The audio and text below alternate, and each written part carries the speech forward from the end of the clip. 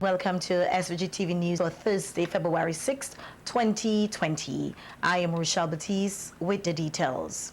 Policemen and women here have been urged to keep the profession a respectable one. This was highlighted at the first parade of the Commissioner of Police held today at the Victoria Park. Also at the parade, 43 officers who performed humanitarian duties in Dominica during the aftermath of Hurricane Maria in 2017 were awarded the Regional Security System Medals of Honor. Larissa Pugsley-Kidd tells us more in this report.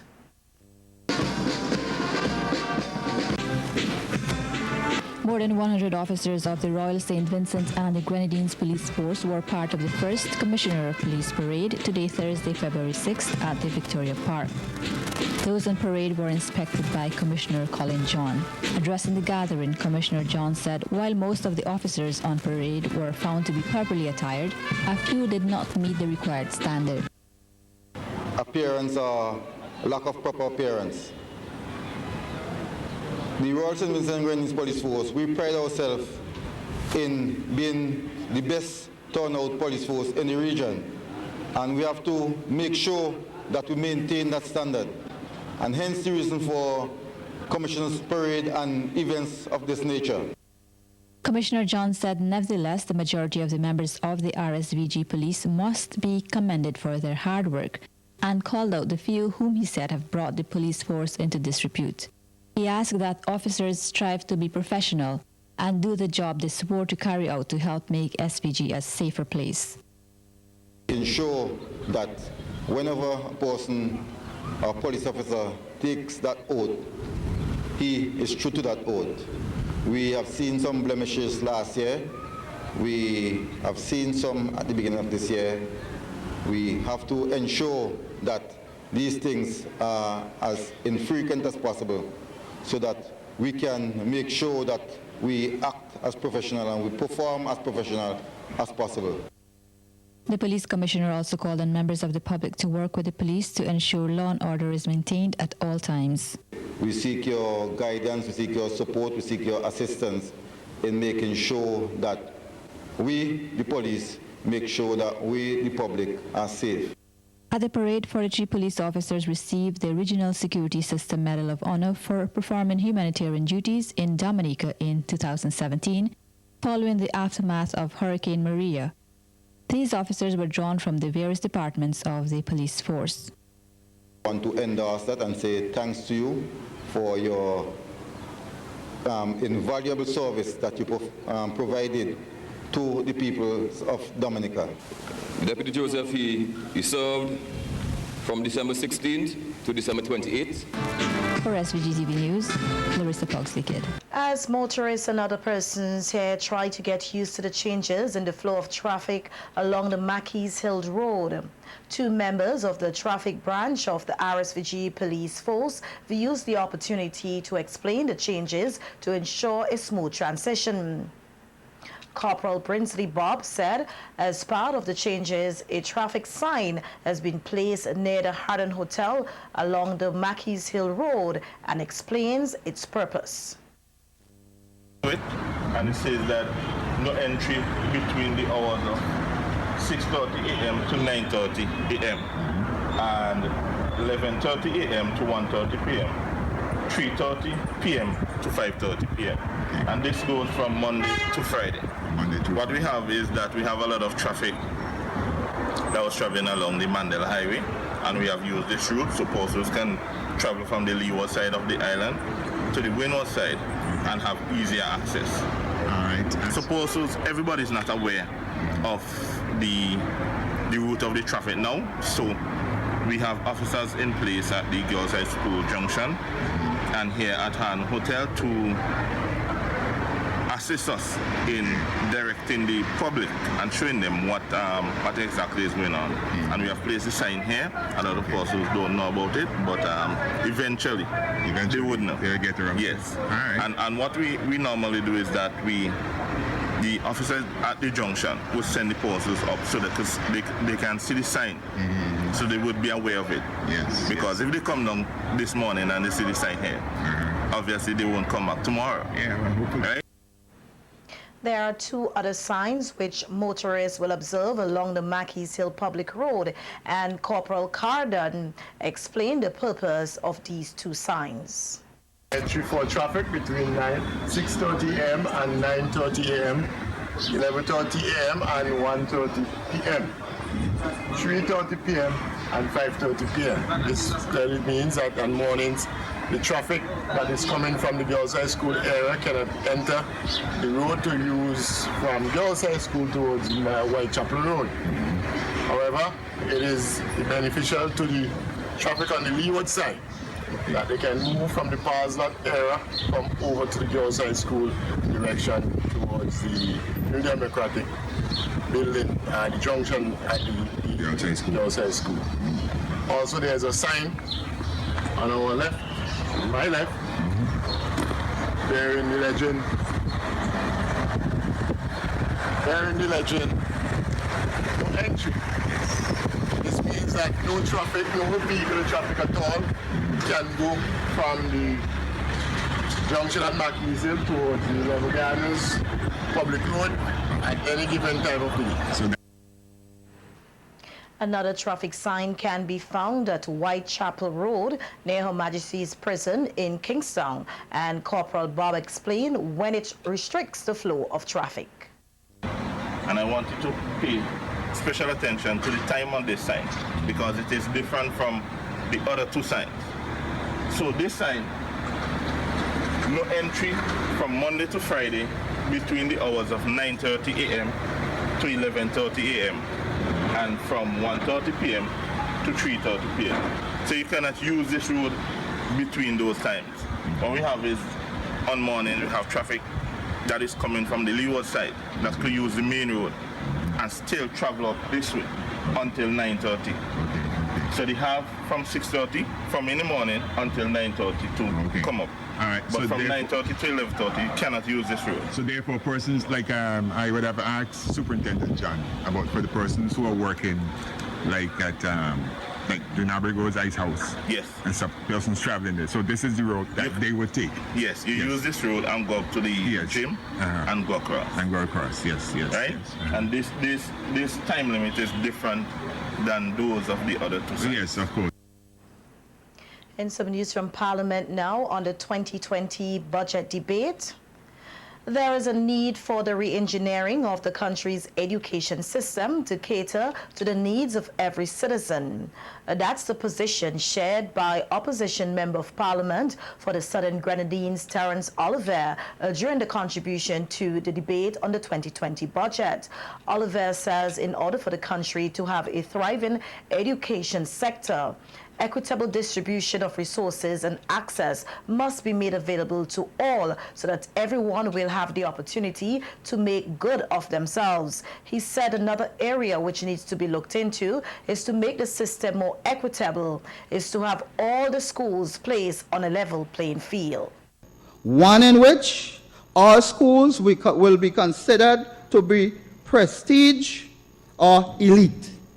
Because, Mr. Speaker, in this country, sometimes depends on where the school is located. You do not attract and get some of the best minds, even though they come from those locations.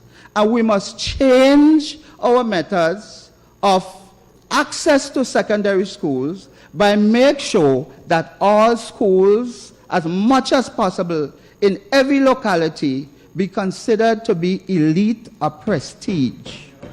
The opposition MP also called for regular maintenance of education institutions island-wide, which he said will help to save resources which can be channeled elsewhere. What have we put in place so that at the end of whether 5 or 10 or 11 years, you don't have to find 7 million, you take care of the problems? And how can we expect teachers and students to perform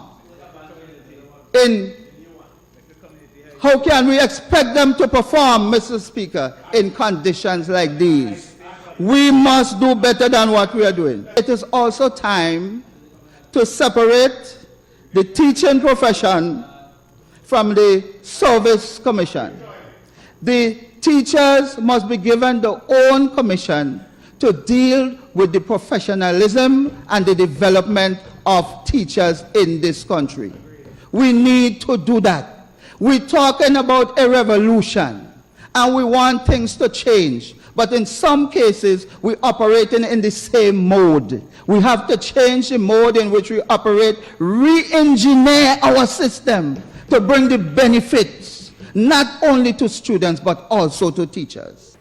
Oliver said while he fully supports the Minister of Education's proposal for reading to be made a subject matter, there is also a need for a major reform in the school's curriculum with the use of technology to improve teacher and student learning. Have we reformed and made changes to the curriculum at the Teachers Training College? Have we done that? Have we made it mandatory that all teachers at the Teachers College will be trained in the use of technology in delivery of the curriculum in order to make the teaching and learning process better? Have we done that, Mr. Speaker? We have to do that.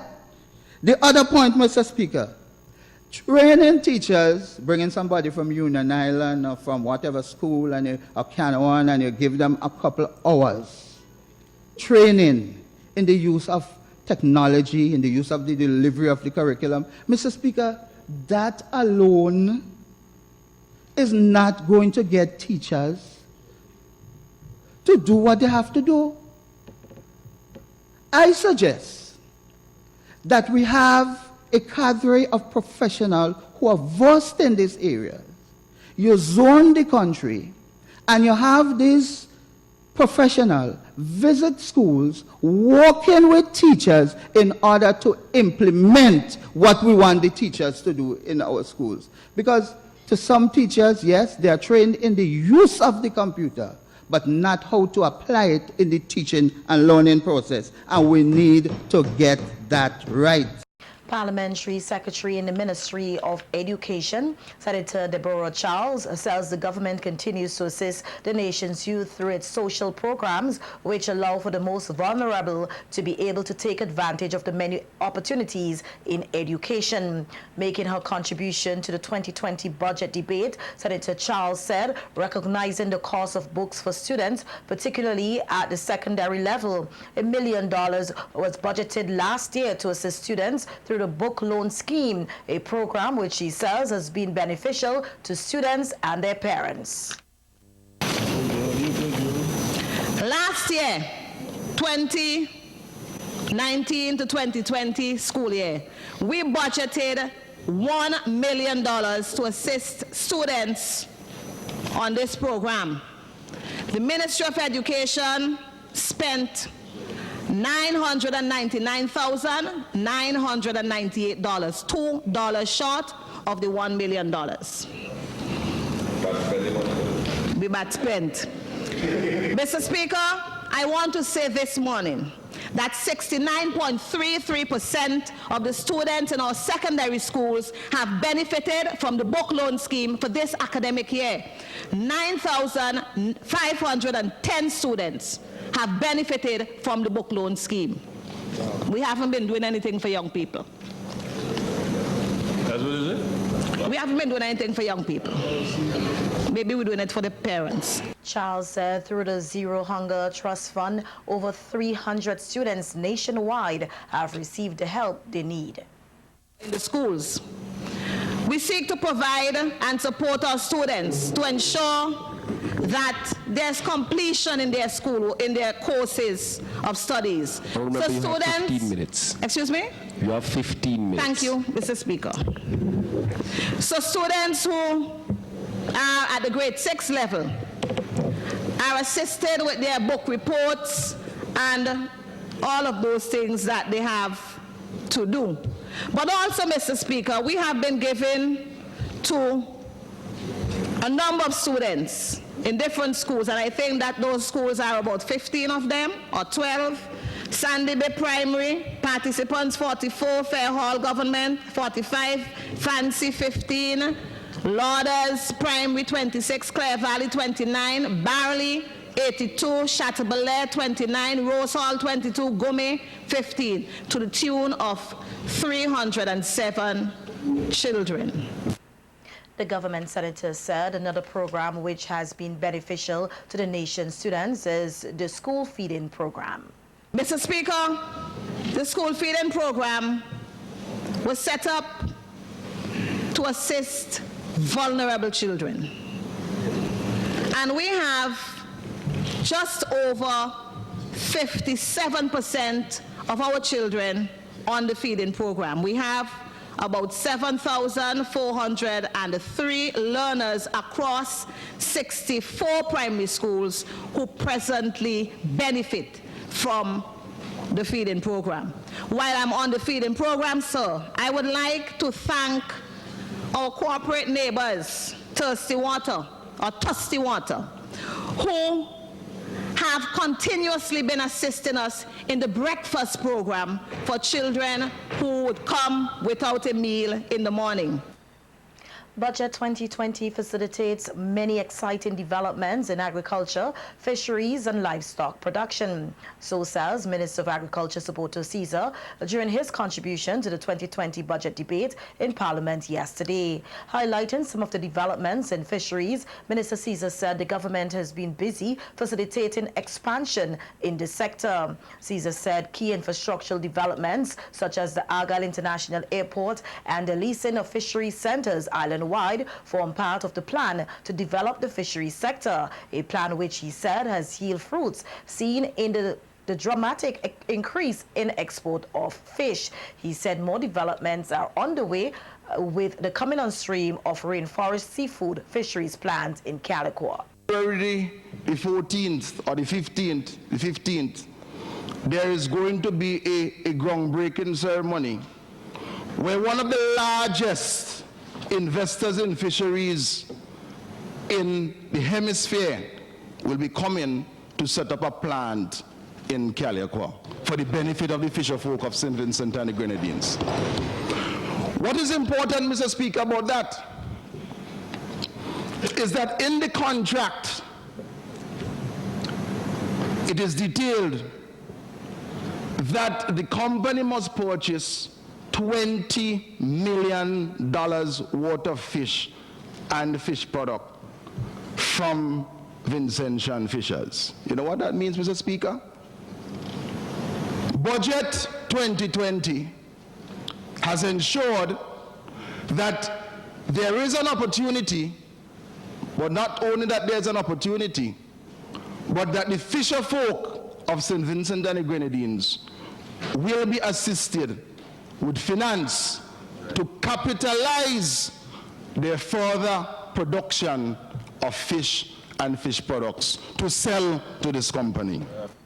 Noting that sustainability is key to the continuing growth and development of any sector, Minister Caesar said he is happy that Budget 2020 pays some attention to the important area of conservation. Mr. Speaker, I put all of that in the context of the jobs which are being created as a result of Budget 2020, and to encourage our young people to look towards the blue economy as a source of hope and opportunities. And whilst we are doing that, we are not forgetting the important role that conservation would always play. And in Budget 2020, we have monies earmarked for a rapid conch and lobster assessment, and it was clearly noted by the Minister of Finance the importance of protecting the parrotfish. Livestock production is another area which is expected to see some further expansion this year, and Minister Caesar said the development will help with both exports and the protection of the national herd.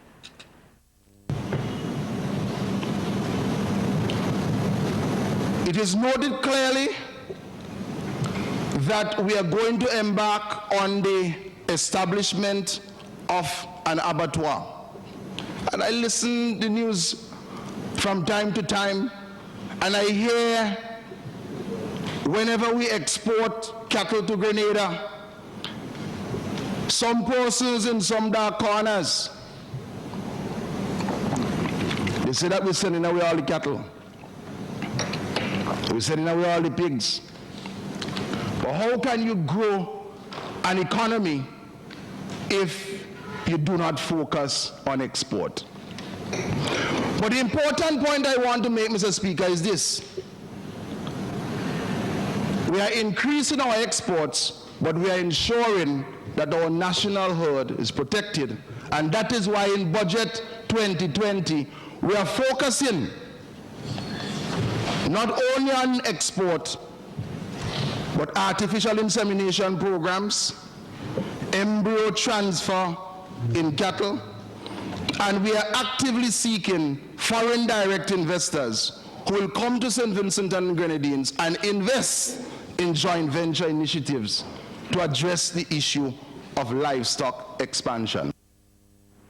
And Member of Parliament for the North Leeward area, Roland Patel Matthews, says locals are not benefiting enough from the government's programs in agriculture and fisheries. Contributing to the debate on the 2020 budget, Matthews identified the Banana Accompanying Measures program, BAM, which he says, after almost 8 years, is yet to achieve its objectives, which include promoting productivity in the agriculture sector, foster competitiveness, and encourage diversification. I recall, Mr. Speaker, the minister himself, let me get the right thing, he was talking about an abattoir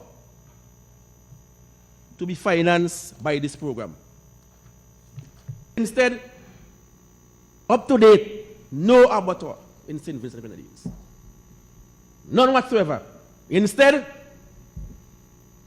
an abattoir in Grenada is making money from our livestock when they send the meat abroad as wild meat because it fetch more on the international market.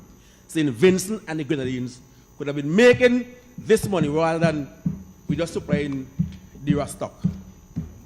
As it relates to the fisheries sector, Matthew says more locals should be given the opportunity to excel in the industry.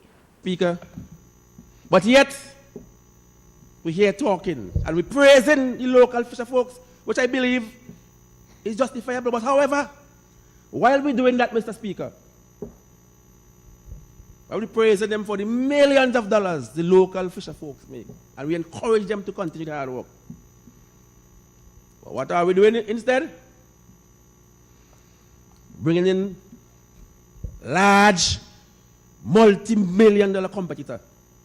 But hear what now, Mr. Speaker? I am hoping that the multi-million competitor, in the long run, does make the local fisher folks who are doing so well, based on the minister and under observation, take them out of business. Let us hope it doesn't happen that way. Let us hope so, Mr. Speaker. The North Leeward MP said more opportunities must also be created for locals to benefit from large-scale investments in fisheries and agriculture. Time, I believe, Mr. Speaker, while we boast of the products of the education revolution, we should also show the confidence, Mr. Speaker, in our people that they could be able to take on big operations, to be their own boss, set up their own businesses. It shows that we are making progress. But the fact that we are continuing, Mr. Speaker, in the whole way where we just catch the fish and sell to big merchants who are making the big money in the long run, it is apparent, Mr. Speaker, that we haven't gone too far in terms of our development. We must change that, Mr. Speaker. A number of Vincentians will be able to benefit from free eye care service through the Venezuelan Miracle Mission, which will commence this weekend and run until February 14th at 6 locations island-wide. The free eye clinic will shortlist at least 400 people for surgery who are diagnosed with cataract and tourism. The first clinic will be held at the Kingston Clinic this Sunday, February 9th, and the remaining days at the Georgetown Medical Complex, Bookament Polyclinic, Beckway, Mesopotamia, and the last clinic on February 14th at Chateau-Belair. Venezuela's ambassador to SVG, Francisco Perez, is hoping that persons take advantage of the free eye care clinics. Because you know, have to know the condition that you have in all the cases. But all doctors are Venezuelan, and all the material, all the equipment that we need, we will bring also. So it's a complete mission. You have the government of St. Vincent, our Vincentian, have not to pay anything for that, no? It's just the space and the time and the people that have to go there. The mission would have a team of 4 ophthalmologists who specialize in cataract and teresium. Cataract is a clouding of the normally clean lens of the eye, while teresium is a growth that forms over the cornea. You have another condition, the doctor will tell you and recommend what to do. So for this reason we say, well, we can see maybe more than 600 patients because you are filtrating. No, you have just another condition. Maybe you have glaucoma that is worse than that.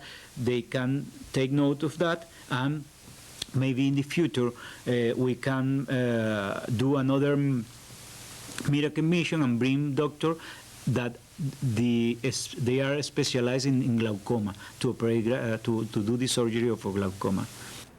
Surgeries will be done at the Milton Cato Memorial Hospital and the Georgetown Medical Complex. The government of St. Vincent and the Grenadines could open a new hospital in our medical center in Georgetown because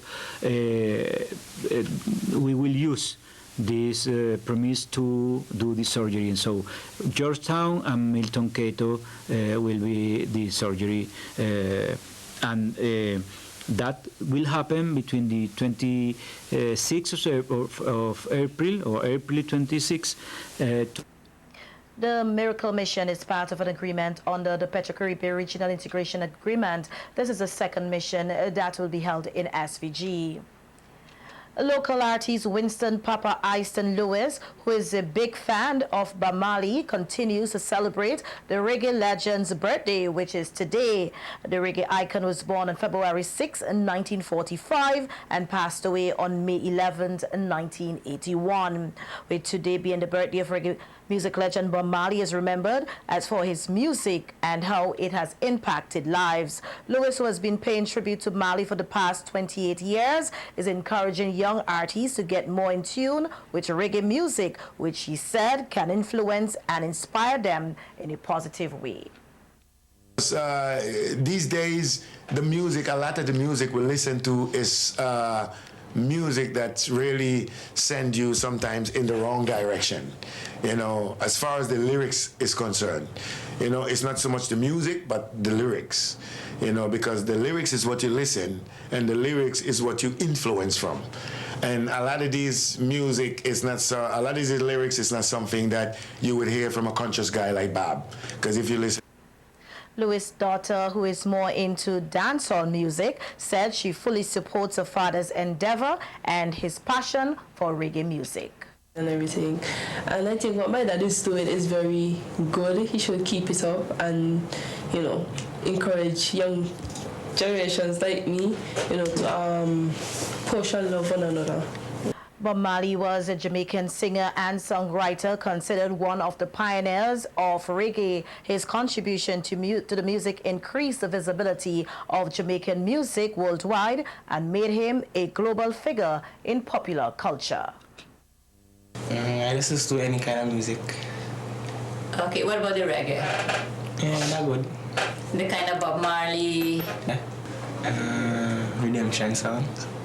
We forward in this generation triumphantly. Won't you have to sing another song of freedom?